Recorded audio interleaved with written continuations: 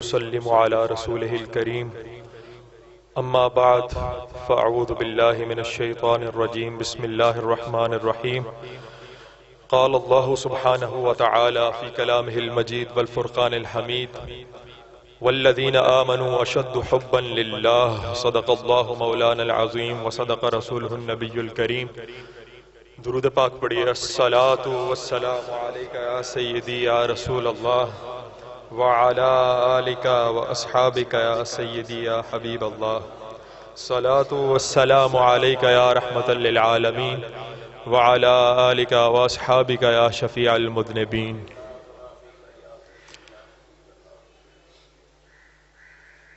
برادران اسلام، عشق، محبت، چاہت یہ وہ نظریات ہیں کہ جنہیں دور حاضر میں آلودہ کر دیا گیا ہے. فلموں، ڈراموں اور اس طرح کی خرافات میں عشق کو، محبت کو جس زاویے سے پیش کیا جاتا ہے اس سے ان سے وابستہ اللہ رب العزت کا اور اس کے بندے کا جو تعلق ہے وہ آلودہ ہو جاتا ہے. اگر ہم عشق کے بارے میں، محبت کے بارے میں پڑھیں، سنیں، گفتگو کریں تو ہمارے ذہن میں جو آئیڈیاز، جو باتیں آتی ہیں ان کا تعلق یا تو کسی فلم کے ساتھ ہوتا ہے یا کسی ڈرامے کے ساتھ ہوتا ہے. اور عشق کی جو فاؤنڈیشنز ہیں، محبت کے جو اسرار و رموز ہیں، آہستہ آہستہ ہم ان سے ناواقف ہوتے جا رہے ہیں. کسی شاعر نے کہا تھا کہ عشق کو اہل ہوس نے اس قدر رسوا کیا، عشق کو اہل ہوس نے اس قدر رسوا کیا، اب وفا کا نام لینے سے بھی گھبراتے ہیں لوگ. علامہ ابن قیم جوزی سے کسی نے پوچھا کہ اے شیخ، ہمیں عشق کا سر، عشق کا راز تو سمجھا دیجئے. علامہ فرمانے لگے کہ ایک مسلمان، ایک مومن کی اپنے رب کے لیے جو جستجو ہے، اس کا دل جب اپنے رب کی طرف رجوع کرتا ہے تو اس کے دل کی کیفیت ایک پرندے کی طرح ہے. اس پرندے کی تمام خصوصیات، بردباری، عبادات، طاعت اللہ، رجا، یہ تمام خصوصیات اس کے لیے پروں کی مانند ہیں. وہ تمام خصوصیات محض پر کی حیثیت رکھتے ہیں. اور اگر پرندے کے پر نہ ہوں تو پرندہ اگرچہ پرواز نہیں کر سکتا مگر زندگی کی رمق اس میں پھر بھی باقی رہتی ہے.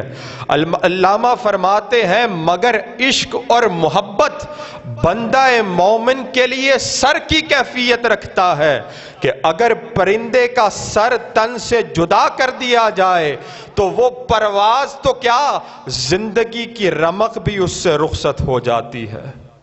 تو علامہ نے ہمیں کیا راز سکھایا. علامہ فرماتے ہیں کہ اگر ہے عشق تو ہے کفر بھی مسلمانی، نہ ہو تو مرد مسلمہ بھی کافر و زندیق. اور ایک اور شعر علامہ اقبال کا ہی کہ انہوں نے فرمایا تھا کہ بجھی عشق کی آگ اندھیر ہے، مسلمہ نہیں راکھ کا ڈھیر ہے. اور محبت کی بات کی جائے تو میں نے جو آیت آپ کے سامنے پیش کی، اس آیت کریمہ میں اللہ رب العزت سے محبت کی بات کی گئی. اور حدیث پاک میں آتا ہے کہ رسول اللہ فرماتے ہیں کان ثلاث من کن فیہ وجد حلاوت الایمان. تین خوبیاں اگر تم میں پائی جائیں تو تم بخدا ایمان کی مٹھاس کو پالو گے۔ وہ کیا خوبی ہے؟ نمبر 1 خوبی جو رسول اللہ نے بیان فرمائی کہ ان یکون اللہ ورسولہ احب الیہ مما سواہما، کہ دنیا کی تمام مخلوقات، تمام اشیاء، اس دنیا میں ما فیہا جو کچھ بھی ہے، اس سب سے بڑھ کر تم اللہ اور اس کے رسول سے محبت کرنے لگو، میں محمد عربی تمہیں گارنٹی دیتا ہوں کہ تم ایمان کی مٹھاس کو پالو گے۔ اور پھر ایک حدیث پاک جو آپ نے کثرت کے ساتھ سنی ہے کہ لا یؤمن احدکم حتی اکون احب الیہ من مالہ وولدہ ووالدہ والناس اجمعین، کہ رسول اللہ نے فرمایا کہ اس وقت تک تمہارا ایمان اوج کمال تک نہیں پہنچ سکتا جب تک اس دنیا کی تمام مخلوق اپنے مال، اپنے اہل و عیال سے بڑھ کر مجھ محمد سے محبت نہ کر لو۔ اب سوال یہ ذہن میں آتا ہے کہ کیا اللہ رب العزت سے محبت کا اظہار صرف رسول کریم کی محبت کے اظہار میں مضمر ہے؟ اب اس کا جواب کیا ہے؟ حدیث میں رسول اللہ صلی اللہ علیہ وآلہ وسلم فرماتے ہیں آیت الایمان حب الانصار و آیت النفاق بغض الانصار، کہ اگر تم میری محبت کا، اگر میرے رب کی محبت کا دعویٰ کرتے ہو اور میرے صحابہ سے بغض رکھتے ہو تو یہ جان لو کہ تمہارے وہ دعوے، تمہارے وہ تمام تر کلیمز ادھورے ہیں۔ اگر تم محبت کے دعوے دار ہو میرے ساتھ اور میرے رب کے ساتھ تو میرے صحابہ کے ساتھ بغض نہ رکھو، بلکہ میرے صحابہ کی محبت کا دل اور جان سے پرچار کرتے رہو۔ پھر اسی نوعیت کی حدیث پاک کہ آج کل ہمارے معاشرے میں جو ایکسٹریمزم کا کانسیپٹ ہے کہ ایک طرف اگر بعض فرقوں میں اگر آپ نے صحابہ کے ساتھ محبت رکھنی ہے تو ان کے لیے لازم و ملزوم ہو چکا ہے کہ اگر صحابہ سے محبت ہے تو اہل بیت سے عداوت ہے، علی المرتضیٰ سے عداوت ہے۔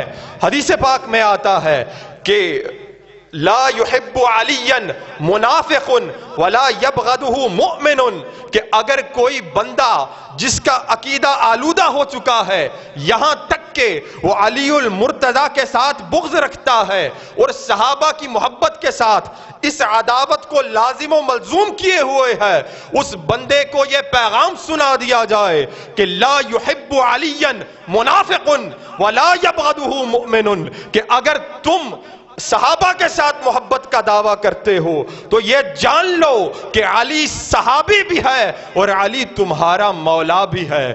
اگر علی کے ساتھ محبت کرو گے تبھی تمہاری محبت صحابہ کے ساتھ بھی کامل ہو جائے گی۔ اگر علی کی محبت تمہارے دل میں نہیں ہے تو یقیناً صحابہ کی محبت سے تمہارا دل خالی ہے۔ اور اس کے بعد ایک اور حدیث پاک آپ کی خدمت میں رکھتا ہوں کہ ہم نے بات کی اللہ سے محبت کی، اللہ کے رسول نبی آخر الزمان رسول اللہ صلی اللہ علیہ وآلہ وسلم سے محبت کی، صحابہ سے محبت کی، اہل بیت علی المرتضیٰ شیر خدا سے محبت کی۔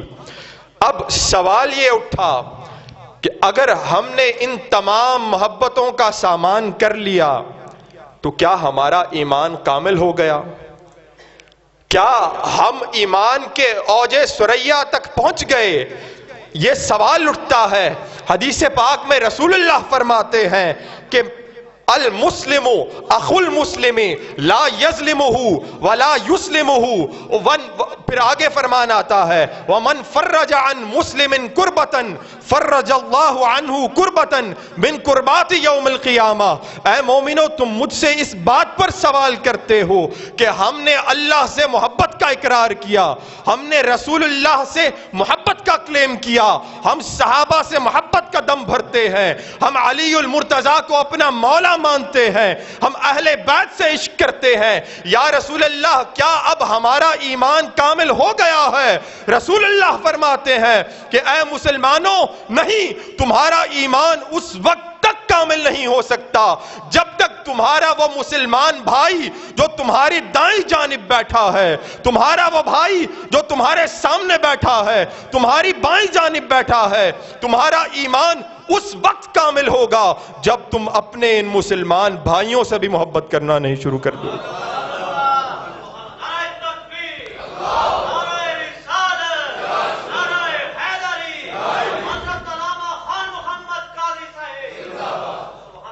اور ایک آخری حدیث پاک آج کے لیے، رسول اللہ نے فرمایا من احب للہ وابغض للہ واعطى للہ ومنع للہ فقد استکمل الایمان، کہ اگر ایمان مکمل کرنا ہے، اگر ایمان کا استکمال چاہتے ہو، اگر ایمان کے اوج کمال تک پہنچنا چاہتے ہو، تو تمہاری اللہ سے محبت ایک جانب، تمہاری رسول اللہ سے، انبیاء سے، رسول سے، اولیاء سے، صحابہ سے، اہل بیت سے محبت ایک جانب، تمہاری تمام کی تمام محبتیں اس دنیا میں، تمہاری تمام کی تمام چاہتیں، سب کی سب، چاہے تمہاری محبت اپنے اہل و عیال سے ہے، اپنے ماں باپ سے ہے، اپنی بیوی سے ہے، اپنے بچوں سے ہے، اگر تم چاہتے ہو کہ ایمان تمہارا کامل ہو جائے،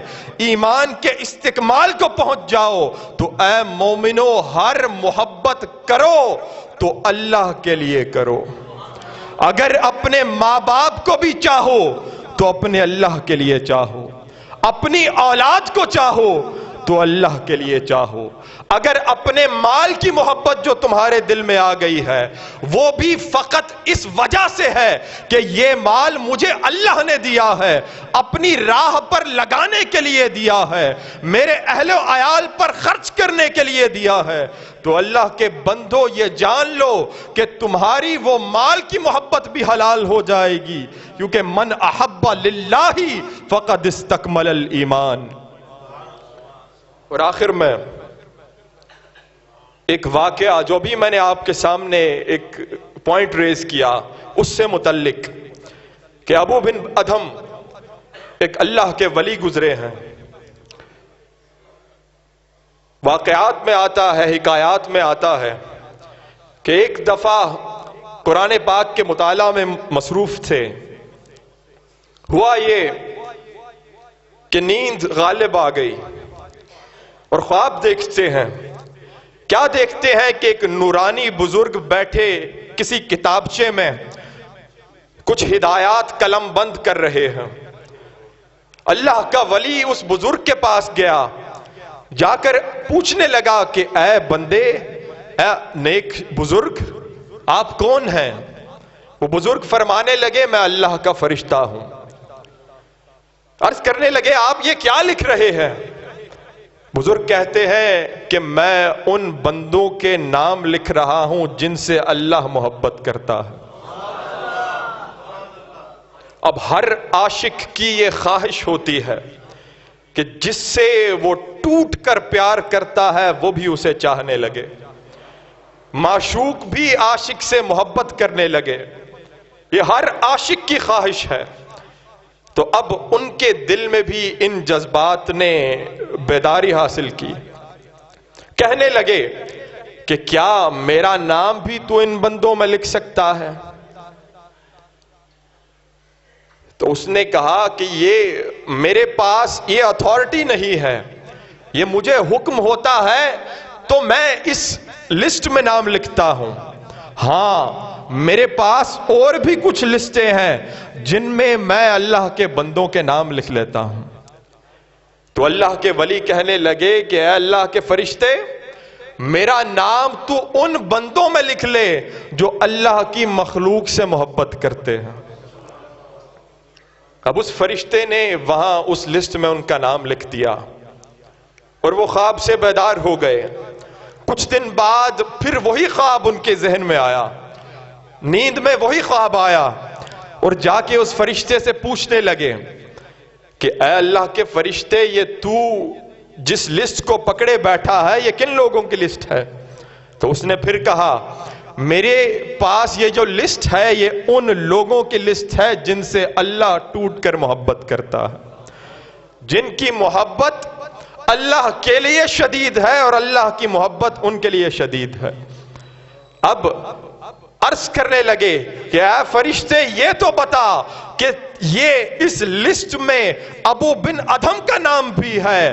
وہ فرشتہ انہیں کہنے لگا کہ اے بزرگ، پچھلی رات کو جب آپ میرے پاس آئے تھے اور آ کر کہنے لگے تھے کہ میرا نام ان بندوں کی لسٹ میں لکھ لے جو اللہ کے بندوں سے محبت کرتے ہیں، اے اللہ کے بندے، میں نے اس لسٹ میں آپ کا نام لکھا تھا۔ مجھے اللہ رب العزت نے حکم دیا کہ اے فرشتے میری بارگاہ میں آ۔ میں اللہ کی بارگاہ میں گیا، اس نے مجھے حکم دیا کہ میرے اس بندے کا نام جس نے فلانی لسٹ میں اپنا نام لکھوایا تھا، اس بندے کا نام اس لسٹ میں لکھ جن سے میں محبت کرتا ہوں۔